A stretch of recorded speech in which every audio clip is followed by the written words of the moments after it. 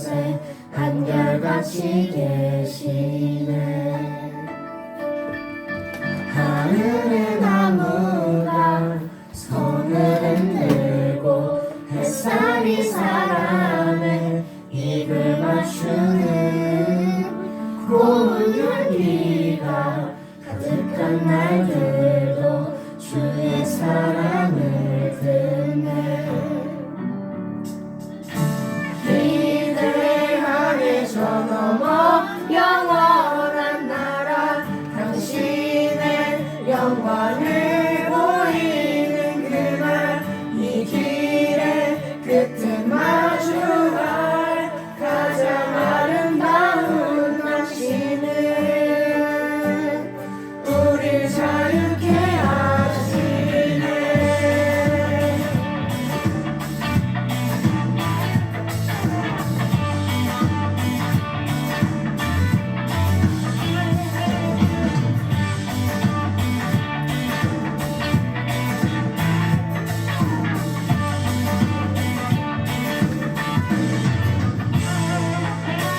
우리가 영원히 반복되어도 담을 수 없는 하나님의 사랑을 우리들의 마음 가장 깊은 곳에 한결같이 계시네.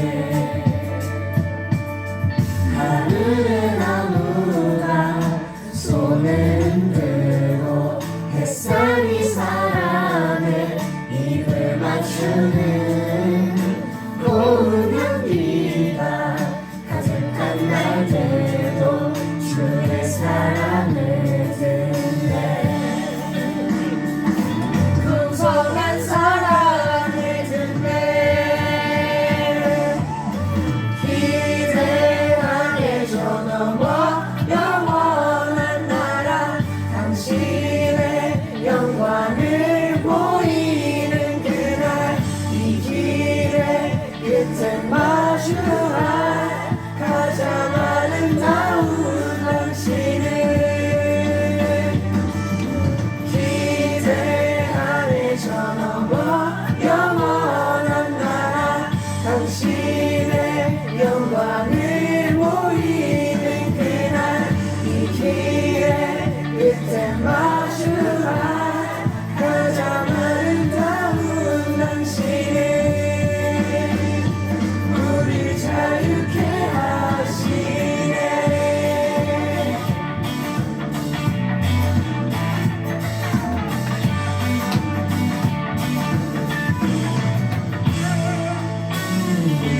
그의 풍성한 사랑을 힘입어 아버지 집을 향해 가네.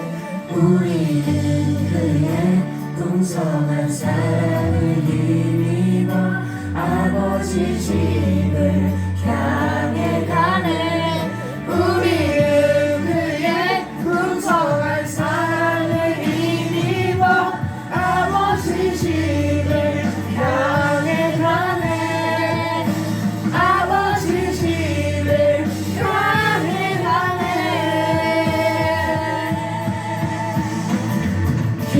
기대하네 저 넘어 영원한 나라 당신의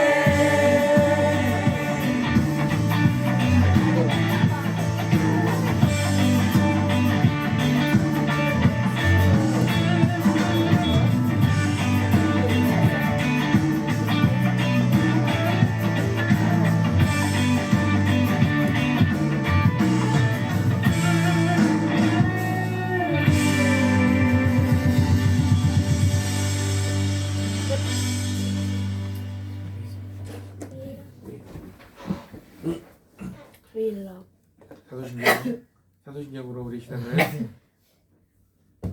고백하겠습니다. 나는 전능하신 아버지 하나님 천지의 창조주를 믿습니다.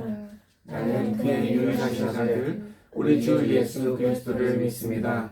그는 성령으로 잉태되어 동정녀 마리아에게서 나시고 본디오 빌라도에게 고난을 받아 십자가에 못 박혀 죽으시고 장사된 지 4일 만에 죽은 자 가운데서 다시 살아나셨으며 하늘에 오르시어 전능하신 아버지 하나님 우편에 앉아 계시다가 거기로부터 살아있는 자와 죽은 자를 심판하러 오십니다.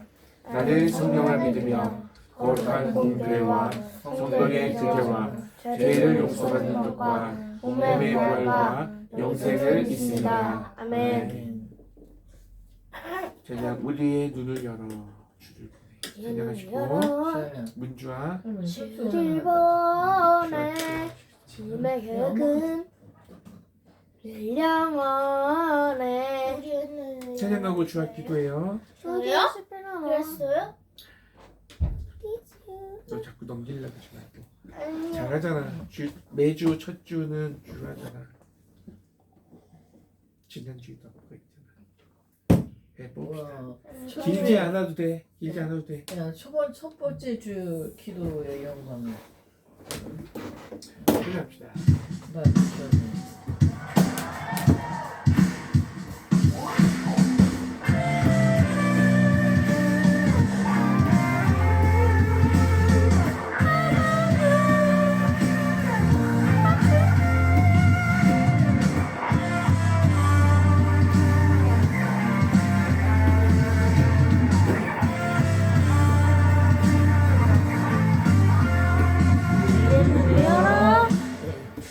주를 보내 주님의 계획은 늘 영원해. 우리 주가 완전한 이의 길로 우리 인도하시네. 눈을 열어 주를 보내 주님의 계획은 우리 향기 끝없이 영원해. 우리 실패 넘어 쏟아진 우리 주가 완전한 이의 길로 우리 인도하시네. 찬양 우리 구원하신 주 사망의 늪에서도 우리 두렵지 않네. 주가 운행하시는 섭리를 펴로 우리 부르시네. 한옥탑 올려놓으잖아. 한옥탑 올려놓은 거 있어. 그러니까 어려운 거야.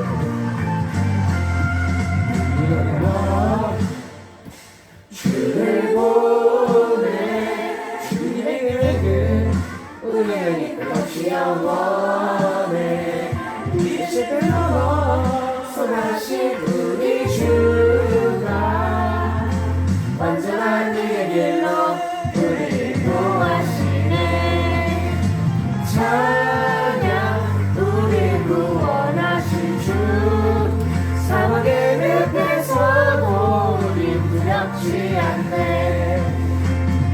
주가 운행하시는 섭리의 물결로 우리 부르시네.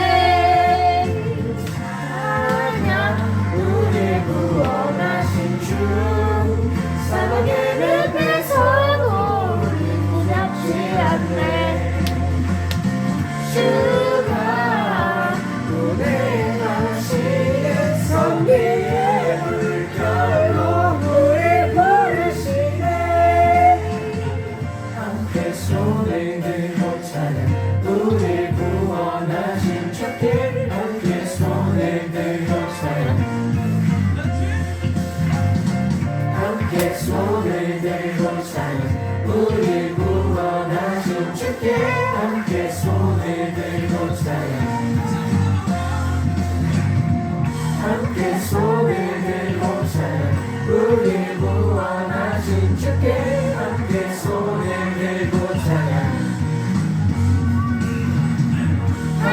손을 들고 찬양 우리 구원하신 주께 함께 손을 들고 찬양 함께 손을 들고 찬양 우리 구원하신 주께 함께 손을 들고 찬양 함께 손을 들고 찬양 우리 구원하신 주께 함께 손을 들고 찬양 함께 손을 들고 찬양 우리 구원하신 주께 함께 손을 들고 찬양 함께 손을 들고 찬양 우리 구원하신 주께 함께 손을 들고 찬양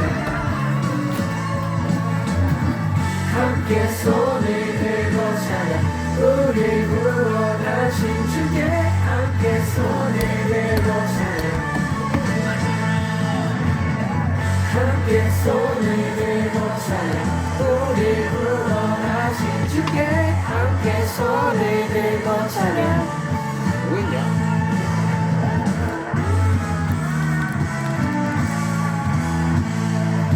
안 되지 마.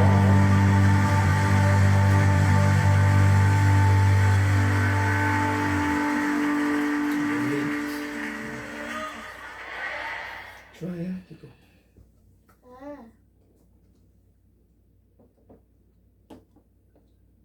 할 거야 안 할 거야? 응? 선택. 안 하면 아빠가 할게. 응? 한번 해볼까? 응. 하고 싶은 마음도 있지. 할렐루야. 네? 엄마가 할머니가 오늘 말씀 전하는 할머니 위해서 좀 기도 좀 해주라. 응? 응. 이렇게. 응? 아니 마음이 안 내긴 하지 마. 응. 굳이 아니 아빠가 할까? 아까는 아빠가 할까 했더니 몰라 그랬거든. 계속 그랬지. 기도하겠습니다. 사랑하는 아버지 감사합니다. 벌써 10월 첫 주일 예배를 하나님 앞에 올려드립니다.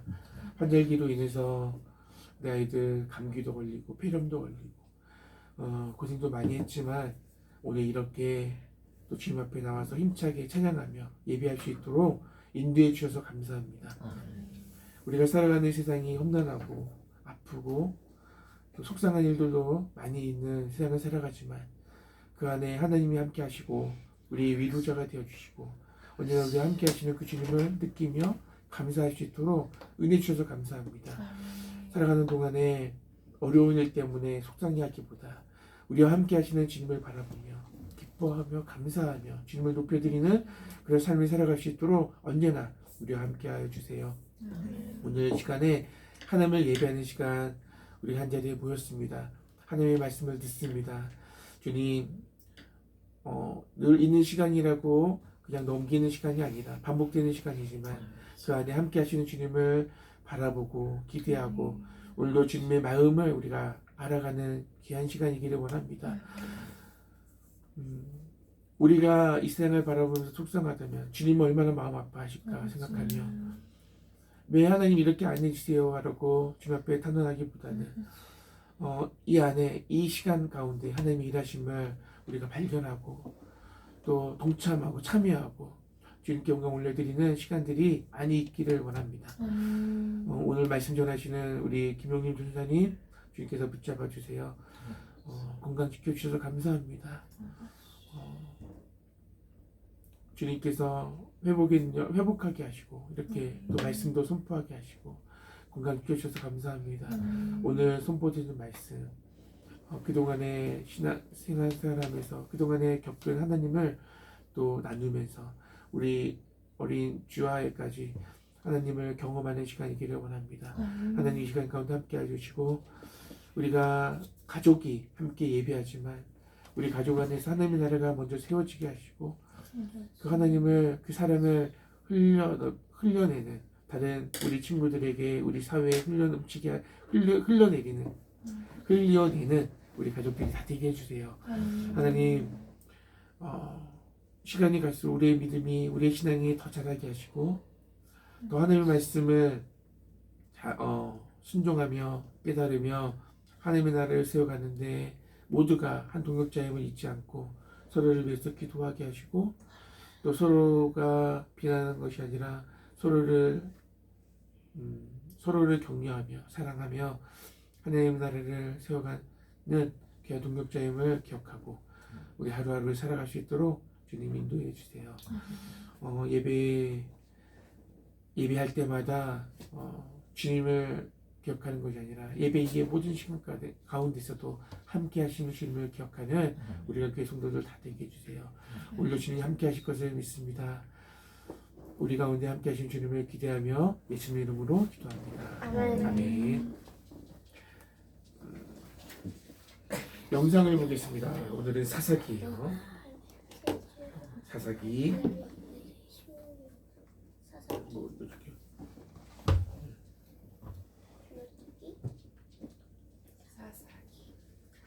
여호수아 다음에 사사기.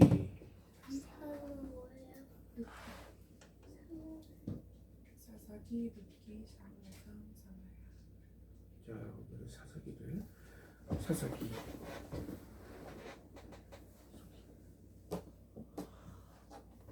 사사기. 기억해봅시다. 여호수아는 이스라엘 지파들을 약속의 땅으로 인도한 후 율법의 명령에 순종함으로 하나님과의 언약에 신실할 것을 요구했습니다. 그러면 열방의 하나님이 어떤 분이신지 보여줄 수 있기 때문이죠. 그러나 사사기는 여호수아 사후 완전히 실패한 이스라엘에 대한 이야기입니다. 이 책의 이름은 당시 이스라엘의 지도자의 유형에서 유래합니다. 그들에게 왕이 있기 전 사사들이 각 지파를 다스리고 있었는데 이들은 법정의 재판관이 아니라 지역의 정치, 군사적 지도자, 즉 부족장에 가까웠죠. 그리고 경고합니다만 사사기는 매우 충격적이고 폭력적인 책입니다. 이스라엘의 도덕적 타락과 나쁜 리더십, 그리고 이들이 어떻게 가나안 족속과 다를 바 없게 되었는지 알려주죠. 하지만 이 슬픈 이야기는 미래에 희망을 주려는 것이기도 한데요. 책의 구성에서 이를 엿볼 수 있습니다. 긴 서두에서는 이스라엘이 실패한 이유가 남은 가나안 족속을 다 내쫓지 않았기 때문임을 소개합니다. 그리고 긴 본문 부분에서는 점점 타락해가는 이스라엘 사사들을 기록합니다. 시간이 흐르면서 이들이 어떻게 매우 좋음에서 좋음, 나쁨, 그리고 아주 나빠지는지 보여줍니다. 결론은 매우 충격적입니다. 이스라엘 백성 전체의 타락을 보여주는데요. 그럼 각 부분을 좀 더 깊이 살펴보죠. 도입부는 약속의 땅에서 영토를 부여받은 이스라엘 지파들에 대한 기록입니다. 여호수아가 가나안의 주요 성읍들을 정복했지만 여전히 정복할 땅이 많이 남았고 가나안 사람들도 많이 살고 있었죠. 1장에는 이스라엘이 약속의 땅에서 쫓아내지 못한 가나안 족속과 성읍이 길게 나열되는데요. 기억하십시오. 가나안 족속을 쫓아낸 것은 도덕적 타락과 우상에게 자녀를 제물로 바치던 관습을 피하기 위해서였습니다. 하나님은 이스라엘을 거룩한 백성으로 부르셨지만 그렇게 되지 않았죠. 2장은 이스라엘이 가나안 족속과 이웃해 살며 그들의 문화, 종교적 관습을 그대로 수용해버리는 실상을 기술합니다. 여기서 잠시 이야기가 멈추고 2장의 대부분에서 저자는 앞으로 일어날 모든 사건에 대한 개요를 보여줍니다. 이스라엘 역사에서 이 시기는 하얀 곡선을 그리며 더 나빠지기를 반복하죠. 이스라엘은 가나안 족속처럼 되어 하나님을 거역하고 죄를 범하고 하나님은 그들이 가나안 족속에게 정복과 압제를 당하도록 내버려 두십니다. 결국 이스라엘이 자신들의 잘못을 깨닫고 회개하면 하나님은 이스라엘을 구원할 사사를 세워 적을 물리치고 평화의 시대가 오게 해주십니다. 그러나 결국 이스라엘은 또다시 죄를 짓고 처음부터 다시 반복합니다. 이 악순환은 문학적인 구성이자 다음 부분으로 이어지는 흐름인데요. 앞으로 등장할 6명의 주요 사사들에게서 반복되는 현상이죠. 첫 3명의 사사는 온니엘, 에훗, 드보라인데 이들의 이야기는 서사적인 모험담이면서 피비린내가 진동합니다. 사사 자신 또는 그들의 조력자들이 적들을 물리치고 이스라엘 백성을 구해냅니다. 다음 세 사사들의 이야기는 더 깁니다. 이들의 성격적 결함에 초점을 맞추며 그 정도가 점점 심해지는 걸 보여주죠. 기드온은 시작이 꽤 좋았습니다. 겁쟁이였지만 마침내 하나님이 그를 통해 이스라엘을 구하실 수 있다는 것을 신뢰하게 되죠. 그래서 거대한 미디안 군대를 횃불과 항아리를 든 단 300명의 용사로 무찌릅니다. 그러나 성질이 고약했던 기드온은 전투에서 자신을 안 도왔다는 이유로 많은 동족 이스라엘 사람들을 죽입니다. 이때부터 모든 게 추락하기 시작합니다. 그는 전투에서 취한 금으로 우상을 만들었는데 그가 죽고 나자 온 이스라엘이 그 우상을 숭배하며 다시 악순환이 시작되죠. 다음은 입다라는 사사입니다. 그는 산에 사는 폭력배 같은 사람인데 이스라엘의 상황이 심각해지자 장로들이 그에게 가서 도와달라고 구걸합니다. 지도자가 된 입다는 암몬 족속과의 전투에서 효과적으로 많은 승리를 거두지만 이스라엘의 하나님을 너무나 몰라서 마치 가나안의 우상처럼 여기죠. 전투에서 승리하면 딸을 제물로 바치겠다고 서원할 정도로요. 이 비극적인 이야기는 이스라엘이 얼마나 타락했는지 보여주는데요. 이들은 더 이상 자신들의 하나님의 성품을 몰라 살인을 행하고 잘못된 예배를 드리기에 이릅니다. 마지막 사사인 삼손, 역대 최악입니다. 그는 많은 약속을 받고 태어났지만 이스라엘의 하나님과 관계없는 삶을 살았죠. 문란하고 폭력적이며 오만했습니다. 잔인한 전략으로 블레셋을 이겼지만 스스로는 결코 온전한 삶을 살지 못했죠. 그의 삶은 끔찍한 집단 살육의 장면으로 끝이 납니다. 여기서 잠시 짚고 가죠. 여러분은 책의 이 부분에서 반복되는 주제를 발견하셨을 겁니다. 그건 중요한 순간마다 하나님의 영이 사사들에게 능력을 주셔서 구원의 역사를 이루신다는 것입니다. 하나님이 이렇게 엉망인 사람들을 사용하신다고 해서 그들의 결정 전체 또는 일부라도 승인하신다는 뜻은 아닙니다. 하나님은 무엇보다 자기 백성을 구원하고자 하시는데 함께 일해야 할 자가 타락한 지도자들 뿐이니 그들을 사용하신 것뿐이죠. 이 부분 전체는 상황이 얼마나 악화됐는지 보여주려고 구성된 것입니다. 더 이상 이스라엘과 가나안 족속을 구별하지도 못할 지경이죠. 본이 되어야 할 지도자들도 말이죠. 마지막 부분에 오면 온 이스라엘이 타락합니다. 두 개의 비극적인 사건이 나오는데요. 심장이 약한 분은 주의하십시오. 두 사건은 사사기 마지막에 4번 반복되는 이 핵심 구절에 따라 구성됩니다. 그때 이스라엘의 왕이 없으므로 사람이 각기 자기의 소견에 옳은 대로 행하였더라. 첫 번째 사건은 밀가라는 이스라엘 사람에 대해서입니다. 그는 개인 소유의 우상신전을 세웠는데 단지파가 보낸 사설부대가 신전을 약탈하고 그의 모든 소유를 훔칩니다. 그리고 평화로운 도시인 라이스를 불태워 모든 거주민을 살해하죠. 정말 끔찍한 이야기입니다. 이스라엘이 하나님을 망각하자 힘이 곧 정의가 되고 마는데요. 마지막 사건은 훨씬 더 심각합니다. 성범죄와 폭력으로 점철된 이 충격적인 이야기는 이스라엘 최초의 내전으로 이어집니다. 매우 충격적인데요. 그게 곧 핵심입니다. 이 사건들은 경고의 메시지인 겁니다. 이스라엘이 이렇게까지 파멸에 이른 것은 그들을 사랑하사 이집트의 종살이에서 구원하신 하나님을 배신한 결과입니다. 이스라엘에게는 다시 구원이 필요한데요. 이번엔 자기 자신들로부터 말이죠. 유일한 희망의 빗줄기는 끝에 반복되는 이 말씀에서 발견됩니다. 사사기를 맺는 마지막 문장인 이 말씀. 이스라엘에 왕이 없으므로. 이렇게 다음 책들의 배경이 준비됐습니다. 앞으로 룻기에는 다윗 왕 가족의 족보, 사무엘상에는 이스라엘 왕권의 기원이 기록됩니다. 그러나 사사기는 비극으로서 그 가치가 있습니다. 인간의 실태를 냉정하게 보여주고 궁극적으로 은혜의 하나님이 그의 백성을 구할 왕을 보내주실 것을 알려주기 때문입니다. 이것이 사사기입니다. 내게 인간의 가치가 실패를 사사기였습니다라고 똑같이 끝냈죠. 인간의 실패를 적나라하게 보여주는 사사기 기록 목적이네. 자, 이제 맞아요. 성경 봉독을 할 겁니다. 말씀이 많아요.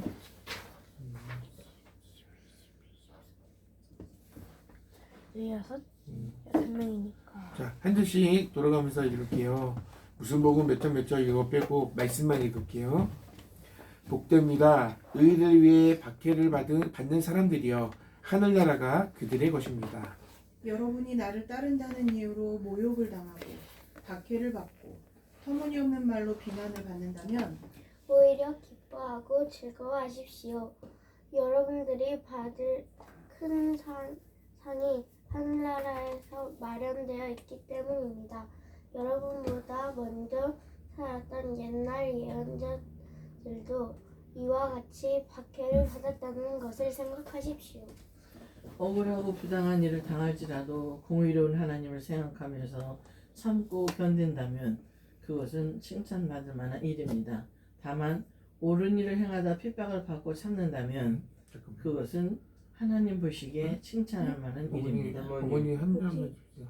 그거는 칭찬받을 만한 일입니다까지. 네, 그래요. 그리고 2장 20절은 주어니까.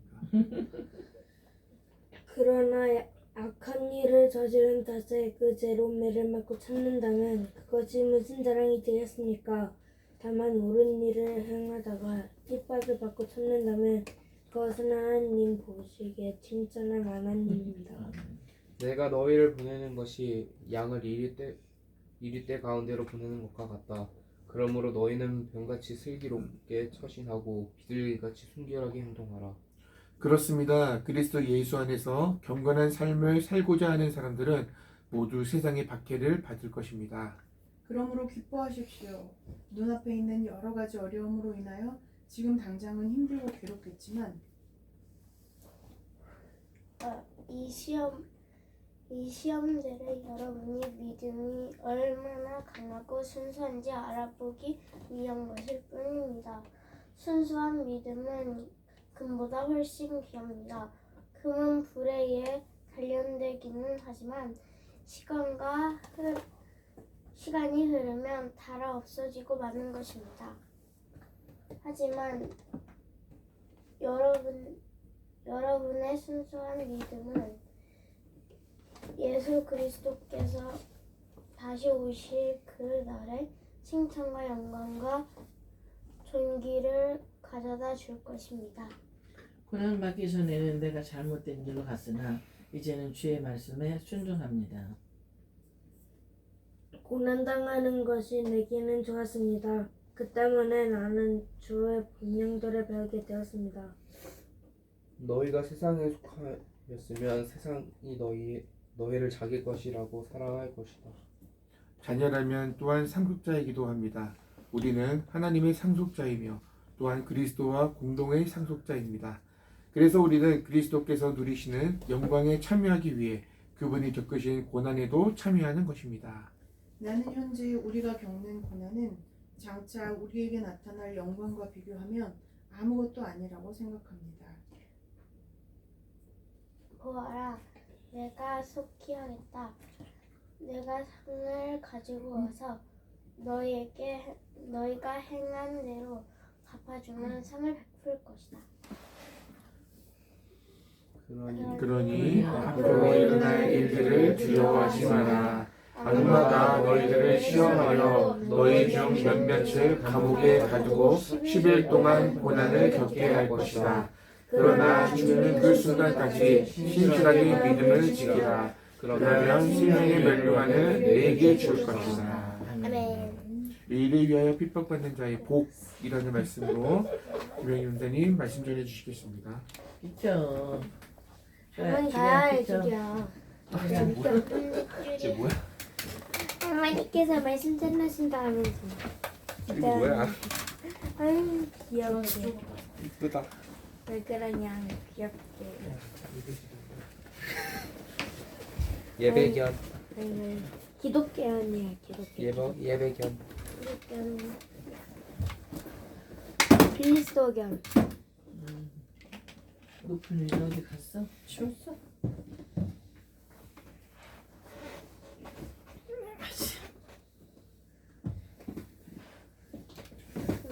제일 신나는 거 같아.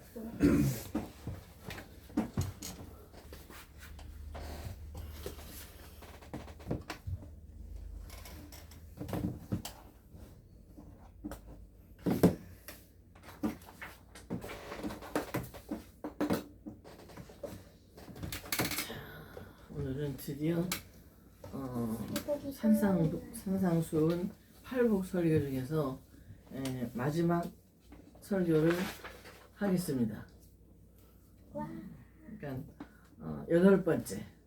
그동안 심령이 가난한 자는 복이 있나니부터 출발해서 지난주에 합헌케 하는 자는 복이 있나니, 그리고 마지막 의를 위하여 핍박을 받는 자는 복이 있나니 천국이 저희 것입니다. 놀라운 것은 지난달에 화평케 하는 자는 복이 있다라고 하신 그 말씀을 위해 의를 위하여 핍박을 받는 자는 복이 있다라고 얘기하는 것은 한번 생각해 보시기 바랍니다. 화평케 하는 자의 복, 또 의를 위해서 핍박을 받는 자의 복. 의를 위해서 핍박을 받는다는 건 뭘까요? 화평한 일일까요? 아니죠. 근데 이상하지, 그지? 응? 어떻게 화평케 하는 자는 복이 있다고 그랬는데 또 그 다음 마지막에는 의를 위하여 핍박을 받는 자는 복이 있다라고 얘기를 하실까요? 이것이 우리한테는 참 어려운 일이에요. 응? 그리스도인은 화평케 하는 자이면서 의를 위하여는 핍박을 받는 자라는 이 두 가지 반대 역설적인 그 이미지를 함께 지니고 있기 때문이에요. 화평케 모든 것을 화평케 하려면은 핍박이라는 고난을 우리가 겪지 말아야 되겠죠. 핍박은 뭐예요? 부딪힘이에요, 그죠? 서로 상반되는. 그리고 그리스도인은 그런데 타협을 전제를 하지 않는 거예요. 그리스도인 화평은 타협해서 화평하는 것이 아니다는 얘기예요. 따라서 우리의 화평케 하려는 노력에도 불구하고 타협을 거절하는 우리에게 세상은 핍박이라는 고난으로 우리에게 응답을 한다는 얘기예요. 그러니까 어려운 얘기를 갖지만 다른 거 아니에요.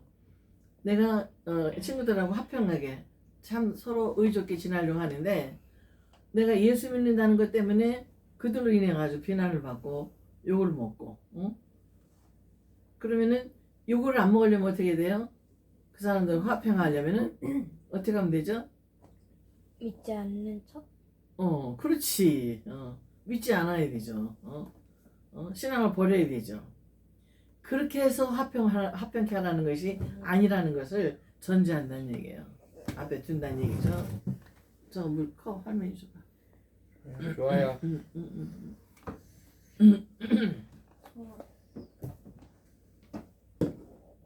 그래서 오늘은 이 핍박이라는 이 문제가 우리를 어떻게 이것을 대응해 나가야 되는지 어떻게 이해해야 될 건지 하는 것을 마지막으로 정리를 해놓은 시간이기 때문에 성경 구절이 많았어요. 그러면 우리가 핍박이 아닌 것은 무언가? 어느 것이 핍박이 아닌가?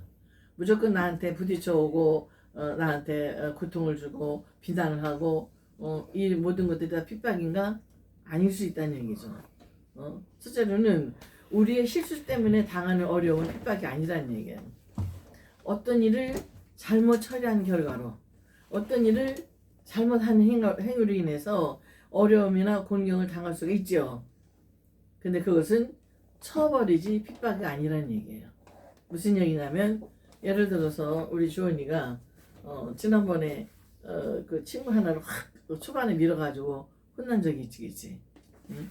그런데 그 엄마나 그 아이가 예수 믿는 게 말이지 어디 저럴 수 있냐고 교회 나가는 것이 저럴 수 있냐고 그렇게 비난을 한다면 그게 핍박일까요? 핍박이죠. 내가 잘못한 건데 그거 얘기를 처음부터 하잖아 이제. 그러니까 내가 잘못한 행위로 인해서 나를 예수 믿는 것을 걸고 넘어지면서 예수 믿는다는 게 교회 다니는 게 저 따위냐고 그렇게 욕을 먹는 것은 핍박이 아니에요. 그것은 내가 잘못한 것에 대한 비난이고 처벌인 거예요. 무슨 얘기인지 알겠죠? 아무거나 내가 고통을 받는다 해가지고서 핍박받았다고 하면 안 되는 거예요. 그래서 이 핍박이라는 것은 좋은 일을 한 것에 대하여 나쁜 사람에게 받는 것이 핍박이에요. 그리고 처벌이라는 것은 나쁜 일을 한 것에 대해서 좋은 사람으로부터 받는 것이 처벌이에요. 그러니까 핍박과 내가 잘못해서 한 처벌하고는 완전히 분별해야 되는 거예요. 알았죠? 예. 아무 것에나 대놓고 나는 핍박받았어 그러면 안 되는 거예요. 베드로전서 2장 19절부터 20절까지 우리가 봉독을 했죠. 또 주보 한번 보세요. 베드로전서 2장 19절부터 20절까지 같이 쭉 한번 봅니다. 억울하고 부당한 일을 당할지라도 공의로운 하나님을 생각하면서 참고 견딘다면 그것은 칭찬받을 만한 것입니다. 그러나 악한 일을 저지른 탓에 그 죄로 매를 맞고 참는다면 그것이 무슨 자랑이 되겠습니까? 다만 옳은 일을 하다가 핍박을 받고 참는다면 그것은 하나님께 칭찬할 만한 일입니다. 아멘. 아시겠죠? 이거를 꼭 짚고 넘어가기 바랍니다. 그래서 우리는 종종 우리가 잘못 받은 처벌이 잘못해서 받는 처벌임에도 불구하고 그것을 핍박으로 생각할 수 있다는 얘기예요.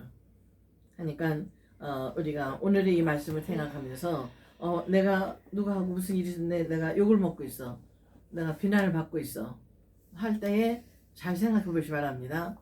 이게 내가 잘못해서 받는 처벌인지, 내가 잘못하지 않았는데도 예수님 이름 때문에 받는 핍박인지 하는 것을 잘 분별하시기 바랍니다. 그리고 두 번째는 뭐가 핍박이 아니냐면 그리스도인의 무지한 전도 방법이나 광신적인 태도 때문에 받는 공경도 엄격하게 말해서 핍박이 아니에요. 전도하는 게 좋은 것 같지, 그렇죠? 그렇지만 방법이 중요한 거예요. 그래서 마태복음 10장 16절에 주님 말씀하셨죠. 같이 읽어요. 바로 밑에 마태복음 10장 16절 같이 시작. 내가 너희를 보내는 것이 양을 이리대 가운데로 보내는 것과 같다. 그러므로 너희는 뱀같이 슬기롭게 처신하고 비둘기같이 순결하게 행동하라. 아멘. 무슨 말인지 아시겠죠? 하나님의 백성들, 우리 주님께서 제자들을 가서 세상에 가서 전도하라고 내보내시면서 그 주님이 심정을 얘기하는 거예요. 내가 너희들을 세상에 보내는 것은 일이 있다 가운데 양을 보내는 것 같다는 심정이라는 거예요. 세상 사람들은 어때요? 하나님이 종들, 하나님 자녀들을 어떻게든 틈만 있으면 물어 뜯으려고 후시탐탐 우리의 행위를 바라보고 지켜보는 진짜 불꽃 같은 눈으로 우리를 지켜보는 그런 이리때 같은 가운데 세상 사람들 가운데 우리 예수 믿는 사람들 하나님 자녀들을 보낸다는 것을 그런 마음으로 심정을 표현한 거예요. 그러니까 어떻게 하라고요? 뱀같이 읽었잖아 주원아. 뱀같이 지혜롭고 슬기롭고 비둘기같이 순결하라고 했어요. 그러니까 우리가 세상에 가서 아주 순결하기만 하고 지혜롭지 못하면은 어때요? 이리한테 먹혀요. 근데 반대로 지혜롭긴 한데 순결하지 못해. 그건 완전히 하나님 자녀가 아니죠, 그죠? 지혜롭기만 하고 순결하지 못하면 그건 하나님께서 허락하신 핍박이 아니고 하나님 자녀의 삶이 아니죠. 그렇기 때문에 우리가 세상에 나가서 일을 할 때, 또 심지어는 전도를 할 때도 지혜롭게 하시기 바랍니다. 지혜롭지 못하고 미련하게 이러면서 화를 내면서 딱 그렇게 교회 안 나가면 너 지옥 가. 당장 오늘 밤에 예수 믿지 않으면 너 지옥 가. 이거는 내용은 옳은 얘기예요.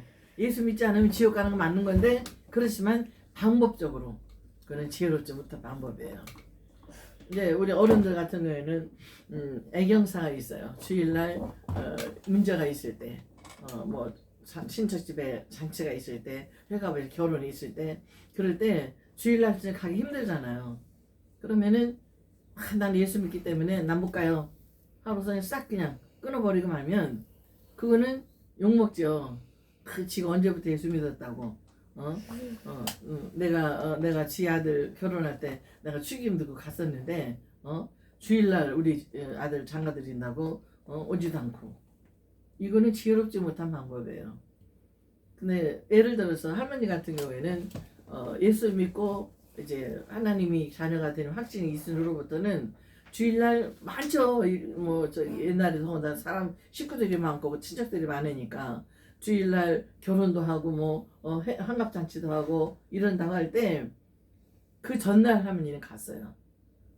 삼촌을 들러오고 큰 삼촌은 손잡고 그리고서는 예를 들어서 한 3만 원쯤만 해도 되는 집이라면 축의금을 5만 원 가져갔어요. 그리고서는 그전에는 요즘 뷔페 같은 게 없었으니까 집에서 다 음식 준비를 했어요. 그러면서는 축의금 단딱 갖다 주고 그리고 애 없고서는 같이 음식하는 거 다 거들고 그래서 죄송해요. 내일 못 찾아와서 죄송해요. 하고 와. 욕할까요? 안 할까요? 칭찬만 받았어요. 칭찬만. 예상에 저 성한이 엄마는 시아버지 유언 따라서 교회를 나갔다는데 세상에 내일 못 온다고 예상에 애 얻고 와가지고서는 일 다 하고 왔다고. 거의 욕 안 먹어요. 주의를 범하고 범하지 않고 있는 그 결론적인 문제가 아니라 하나님께서 나한테 주신 이 시간을 어떻게 지혜롭게 하나님께 영광을 가리지 않고도 이 날을 잘 지킬 수 있는가 하는 것을 기도하면서 생각하면 방법이 다 나와요. 그러니까 우리들도 언제나 하나님께서 우리에게 맡기신 복음 사역을 하는 거 그리고 주의를 성수하고 기도하고 하는 것들에 대해서 지혜롭게 생각하시기 바랍니다. 여기서 말하는 성경에서 말하는 의를 위해서 핍박을 받는 자라 했죠. 이 의는 곧 예수 그리스도를 말합니다. 이 땅에서 의로운 분은 하나님 한 분, 주님 한 분밖에 없어요. 우리는 다 의롭다는 것은 뭐라 그랬어요? 하나님과의 바른 관계를 맺고 나 자신과 바른 관계를 맺고 이웃과의 바른 관계를 맺고 살아가는 것 이것이 바로 의의 기준이라고 했어요. 근데 이렇게 의롭게 살아가는 이 방법을 우리는 내 뜻대로 하면 안 돼요. 이 의의 기준은 바로 하나님의 말씀이어야 됩니다. 하나님 말씀이 우리의 의의 기준이에요. 하나님 말씀 지시하는 대로 하나님과 나와 이웃과 올바른 관계를 맺고 살아야 된다는 얘기입니다. 그래서 그 디모데후서 3장 12절 여기 봤죠. 디모데후서 3장 12절 같이 보십니다. 마태복음 아까 읽었죠. 그 다음 밑에 그렇습니다. 그리스도 예수 안에서 경건한 삶을 살고자 하는 사람들은 모두 세상에 박해를 받을 것입니다. 아멘. 그러니까 우리가 진정한 하나님의 자녀로 살려고 애쓴 이들에게는 이렇게 세상 사람들은 핍박을 하게 돼 있어요. 12절이랬어. 그리고 우리가 질문을 하나 할 것이 있어요. 왜냐하면 하나님은 왜 그리스도인한테 핍박을 허용하시는가? 핍박을 허락하시나? 핍박 안 당기면 좋을 텐데, 그죠? 근데 하나님께서는 우리에게 때로는 핍박을 허락하셔서 고난을 당하게 하신단 말이에요. 이유가 뭘까요? 생각 안 해봤죠? 첫째로는 진정한 성도를 구별하는 하나님이 방법이기도 한다요. 진정한 성도를 분별하기 위한 하나님이 방법이다. 핍박은 알곡과 가라지를 구별하는 하나님이 방법이라고 되어 있어요. 지금은 모르는 키질 같은 거 없지만은 옛날에 이렇게 키질하는 게 있거든요. 키질을 막 하면은 알곡은 이 키질할 수도 안으로 자꾸만 모여들고 쭉쭉이는 키질한 바람으로 밖으로 다 날아가 버려요. 그러니까 키질하는 이유가 뭐라고요? 알곡을 가려내기 위해서.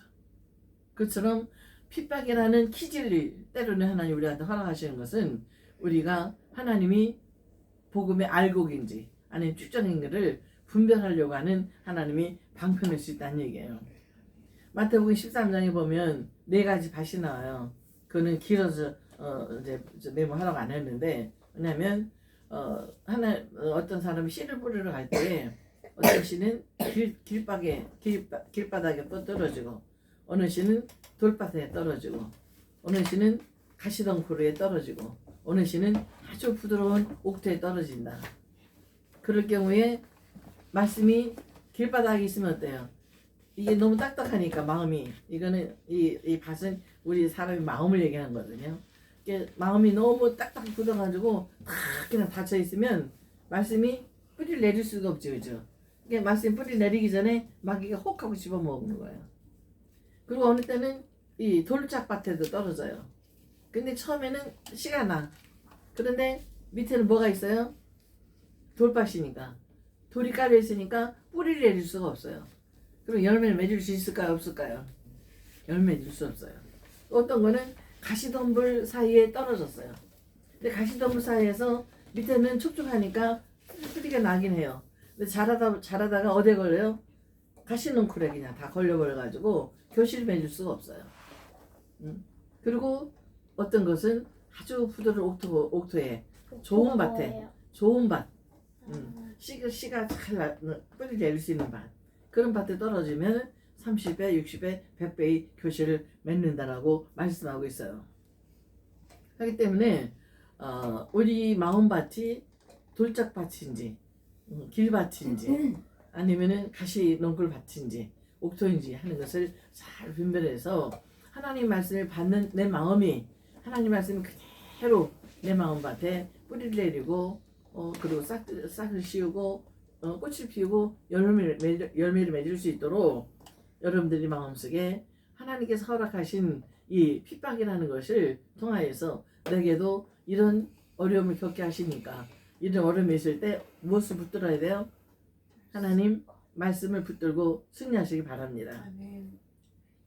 그리고 두 번째로는 그리스도인이 거룩한 성품을 완성하기 위해서 우리가 하나님 이제 너희들 잘하고 있지만 엄마 아빠를 통해서 응행하고 나오면 그 순간 다 이렇게 완성되는 거 아니죠, 그죠?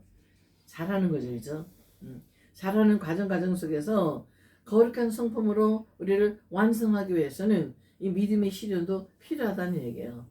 그것이 바로 베드로전서 16절 1장 6절 7절 한번 보십니다. 베드로전서 시작. 그러므로 기뻐하십시오. 눈앞에 있는 여러 가지 어려움으로 인하여 지금 당장은 힘들고 괴롭겠지만 이 시험은 여러분의 믿음이 얼마나 강하고 순수한지 알아보기 위한 것일 뿐입니다.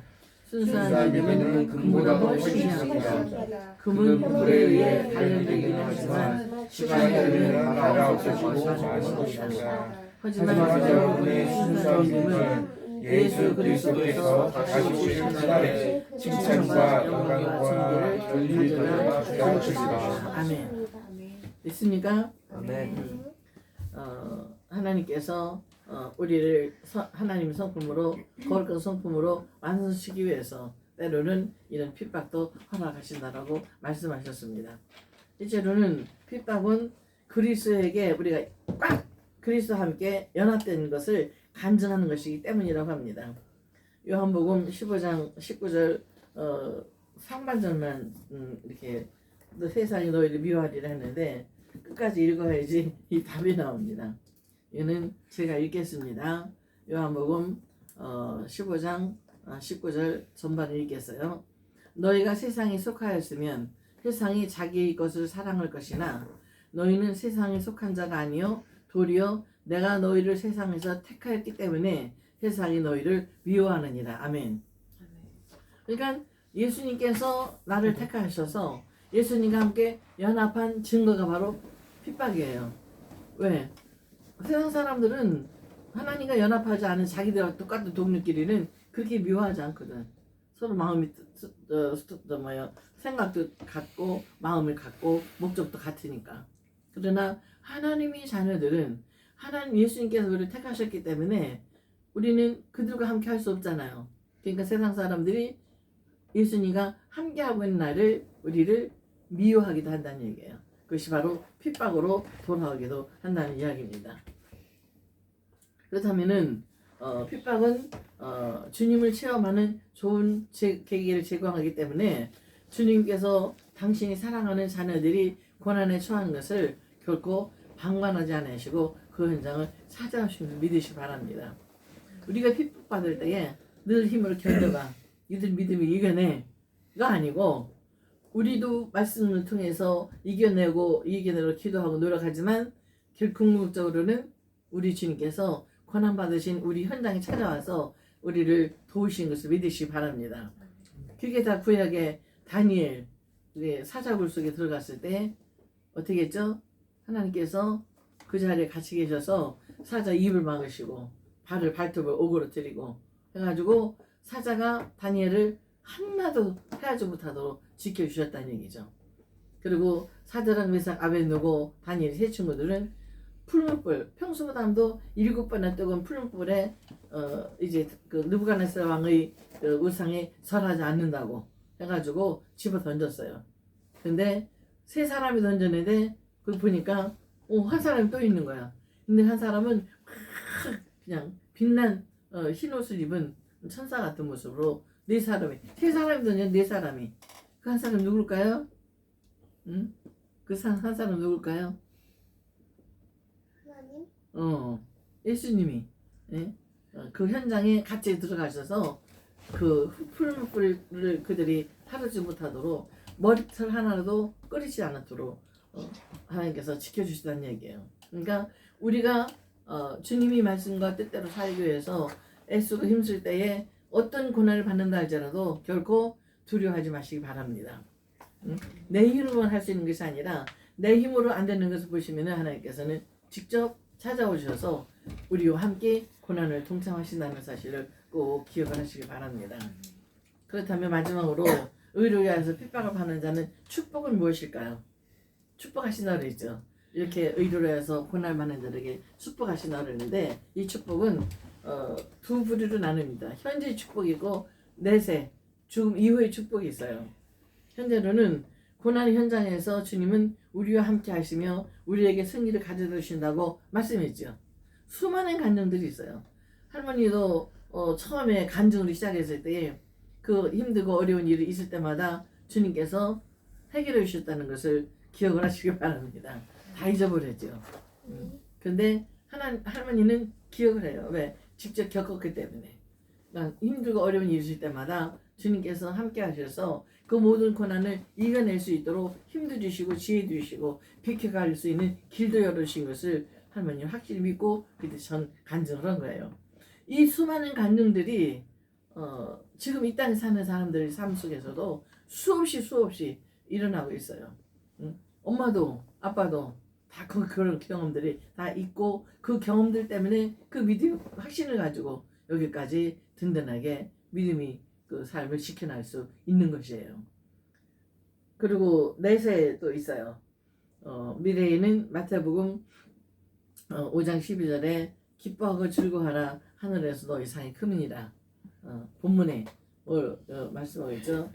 위에 마태복음 5장 12절 시작. 오히려 기뻐하고 즐거워하십시오. 여러분이 받을 큰 상이 하늘나라에 마련되어 있기 때문입니다. 여러분보다 먼저 살았던 옛날 예언자들도 공의롭이 박해를 받았다는 것을 생각하십시오. 아멘. 어디라고? 다시 마태복음 5장 12절 결론이니까 오히려 기뻐하고 즐거워하십시오. 여러분이 받을 큰 상이 하늘나라에 마련되어 있기 때문입니다. 여러분보다 먼저 살았던 옛날 예언자들도 이와 같이 박해를 받았다는 것을 생각하십시오. 아멘. 이 땅에 사는 동안에도 고난의 현장에서 늘 주님께서 함께 힘주시고 도와주셔서 이기게 하시지만 그렇게 이기고 승리한 사람들에게 이제 주님 앞에 가면 주님께서 상급을 주신다라고 얘기를 하셨어요. 요한계시록 22장 12절 맨 이제 끝으로 이제 내려가서 결론을 짓습니다. 요한복음 22장 12절 시작.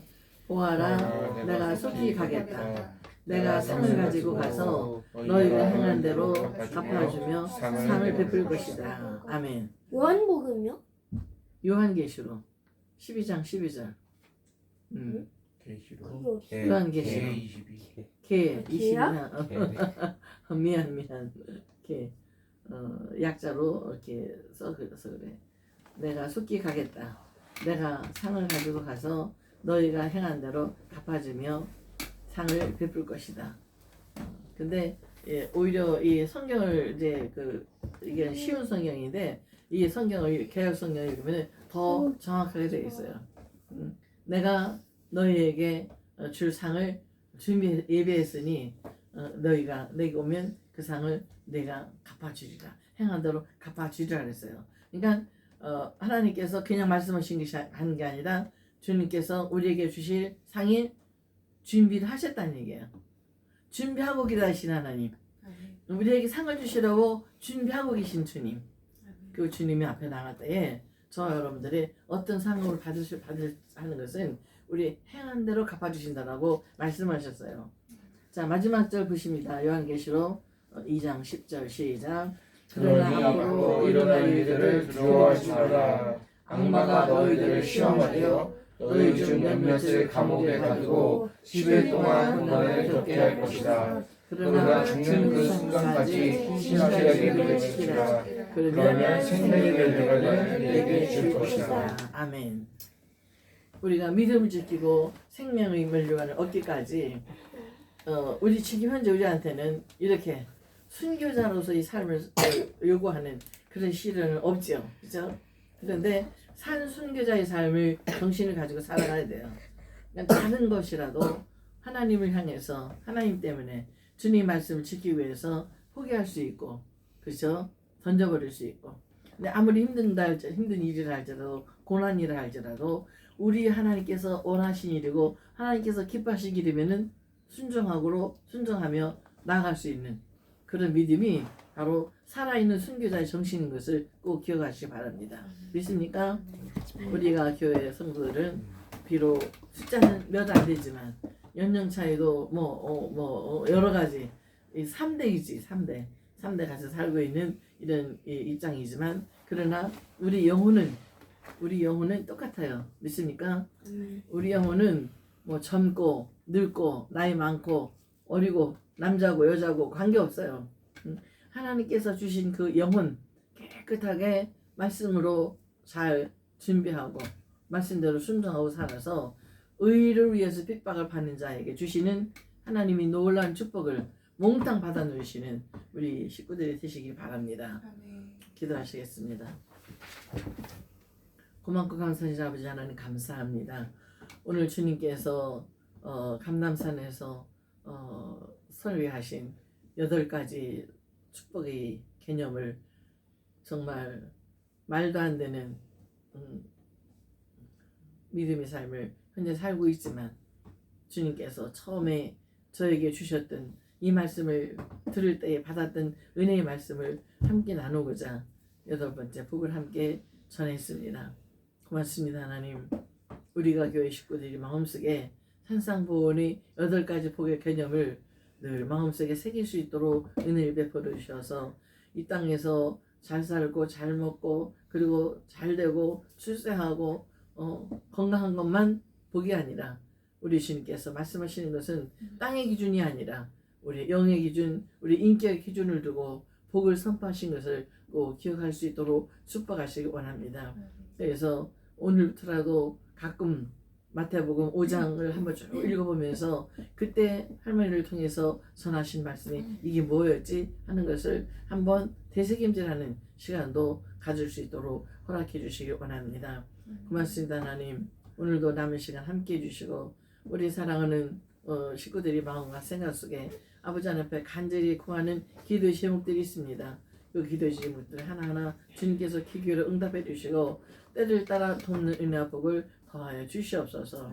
함께 하실 믿고 감사를 드리오며 예수 이름으로 감사하며 기도합나이다. 아멘.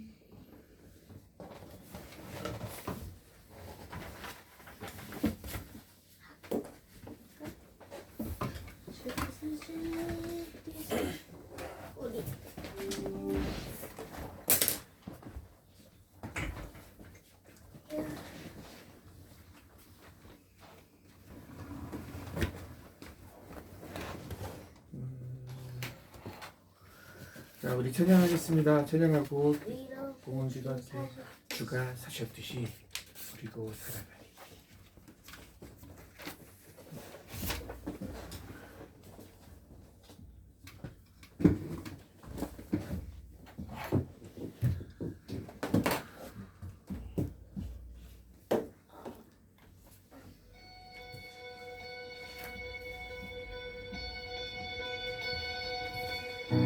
우리가 가진 소망의 끝은 죽음을 잃지 않고 그가 보이신 소망은 우리의 삶을 넘어서는 한 나무에 달리셨던 그의 희생과 부활은 우리가 겪는 이곳에서의 절망을 허무네. 주가 사셨듯이 우리도 살아가리. 삶의 끝에 넘어 그와 함께 영원히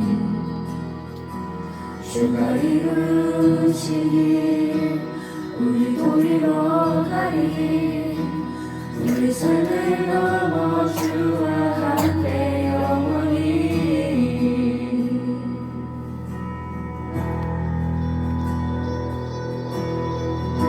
우리가 가진 소망의 끝은 죽음을 잊지 않고 그가 보이신 소망을 위해 삶을 넘어서네 나무에 달리셨던 그의 희생과 부활은 우리가 겪는 이곳에서의 절망을 허무네 주가 사셨듯이 우리도 살아가리 삶의 끝을 넘어 그와 함께 영원히 주가 이루시니 우리도 이루하리 우리 삶을 넘어 주와 함께 영원히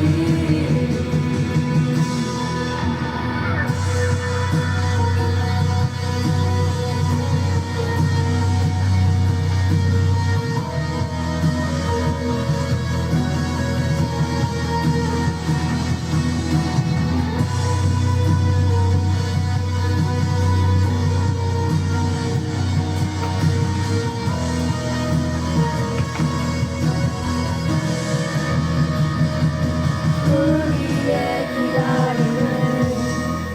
기다림이 아닌 지금 우리의 아픔과 절망은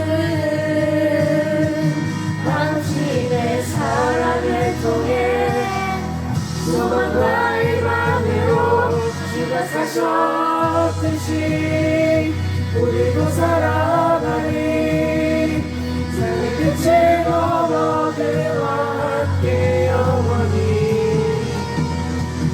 주가 이루시니 우리도 이뤄가니 우리 삶을 넘어 주와 함께 영원히 주가 사셨듯이 우리도 살아가니 삶의 끝을 넘어 그와 함께 영원히 주가 이루시니 우리도 이뤄가니 우리 삶을 넘어 주와 함께 영원히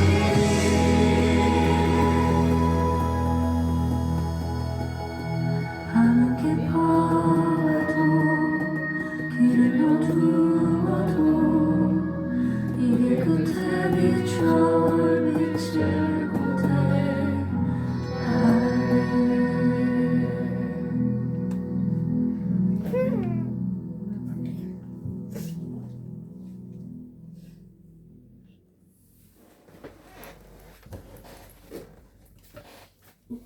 하나님 아버지 감사합니다. 내일부터 시작되는 새 한 주 동안 저희 가족이 주님의 은혜 가운데 살아가게 해주세요. 오늘 말씀 전하시는 김영림 전사님 복 내려오시고 오늘 저희 가족이 주님 말씀 듣고 은혜 받기 원합니다. 10월 첫 주일 건강하고 무탈하게 마음을 다해 예배할 수 있도록 복 주셔서 진심으로 감사드립니다. 항상 기뻐하고 시심하고 기도하고 범사에 감사하는 하나님의 자녀로 살 수 있도록 성령님 도와주옵소서. 오늘의 예배 온전히 하나님께 올려드리는 예배 되게 하소서.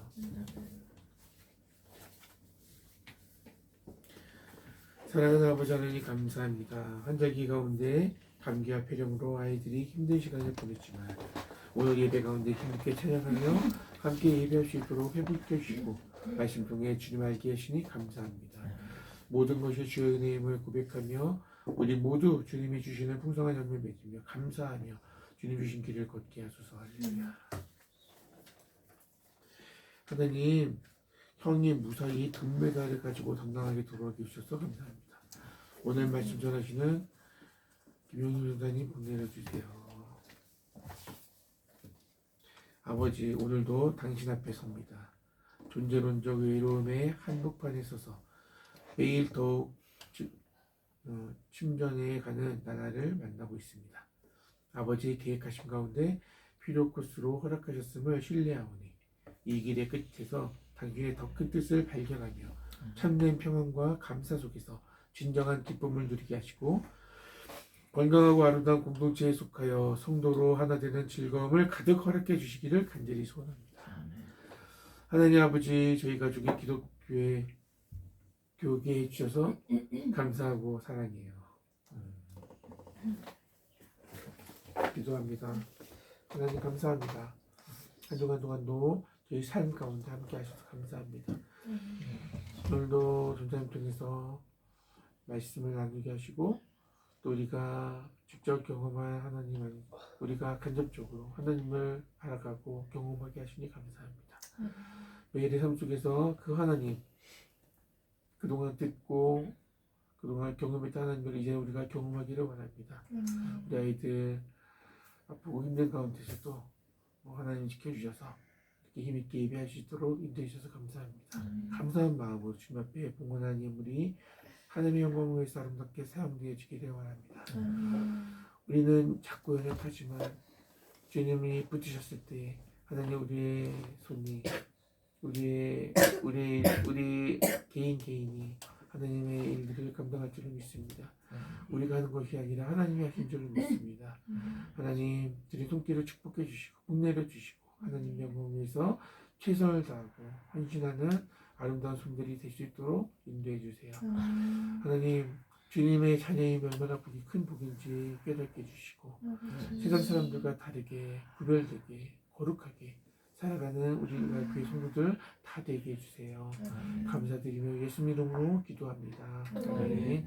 하늘에 계신 우리 아버지, 아버지의 이름을 거룩하게 하시며 아버지의 나라가 오게 하시며 아버지의 뜻이 하늘에서와 같이 땅에서도 이루어지게 하소서.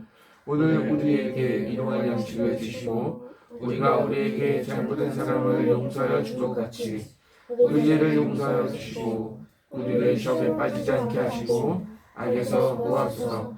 나라와 권능과 영광이 영원히 아버지의 것입니다. 아멘.